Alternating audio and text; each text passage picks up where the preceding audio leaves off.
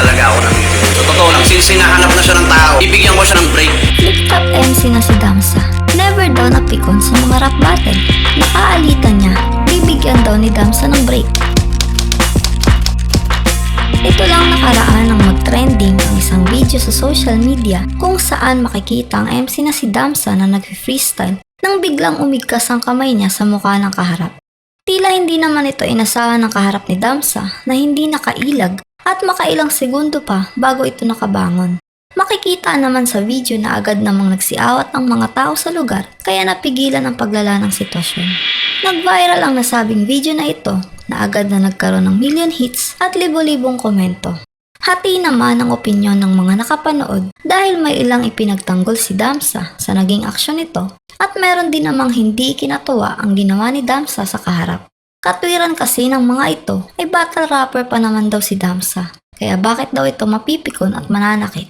Depensa naman ng ilan kay Damsa ay tama lang daw ang ginawa nito dahil ibang usapan na raw kapag anak na ang idinamay nito.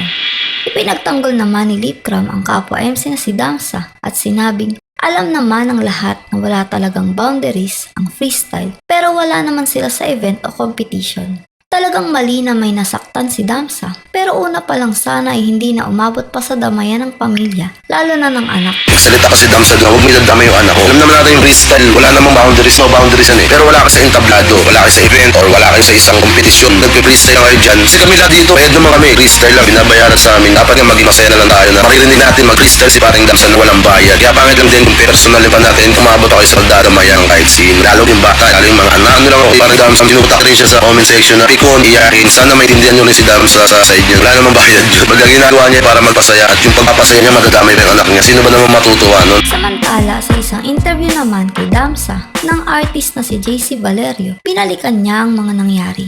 Ayon sa kanya, lumapit lang daw sa kanilang mga ito habang nagsiset-up sila ng sound system para sa party nila at nagsabing mag-freestyle sila. Umaktong MC si Damsa ng dalawa na magkalaban kaya nagulat na lang siya nang pati siya ay nadamay na at tinira na ng isa sa mga ito. At dahil nakainom na nga ito, tila hindi nito alintana ang pagkapiko ni Damsa at patuloy lang ito sa pang-aasar sa kanya. Aminado naman ng MC na mali siya sa ginawa niyang pananakit dito at hindi niya rin kagustuhan na masaktan ito. Kilala raw siya ng mga ito at alam nilang hindi siya napikon o nanakit sa mga rap battle. Nagpasalamat si Damsa sa mga nagtanggol sa kanya, ngunit itinanggi niya na nakabase ang respeto niya sa bayad. Iba raw kasi yung bumabattle ka lang sa totoong pinepersonal na. Hindi ako ganun kasi tao. Kahit kanino yung tanong sa lahat ng nakasama ko, never ako napikon bilang battle MC. Sobrang tagal ko sa larangan, hindi talaga ako napikon. So totoo lang, never ako nanakit. Ako na unahan na to na binasaktan ng tao. Akala nila, porque battle rapper ka, pwede ka basto sa'yo. Siguro ilugan na lang natin. Sa lahat ng mga ropa, salamat sa mga nagtanggol sa akin. Pero meron lang akong ipapabura dun sa sinabi nyo. Ako kasi hindi masaya sa akin yung bayad. Iba kasi talaga yung bumabattle ka lang. Sa totoong pinipersonal ka eh. Wala naman tayo sa liga para gumamit tayo ng mga salitang hindi naman dapat. Sa huli, sinabi ni Damsa na nagkapatawaran na raw sila nito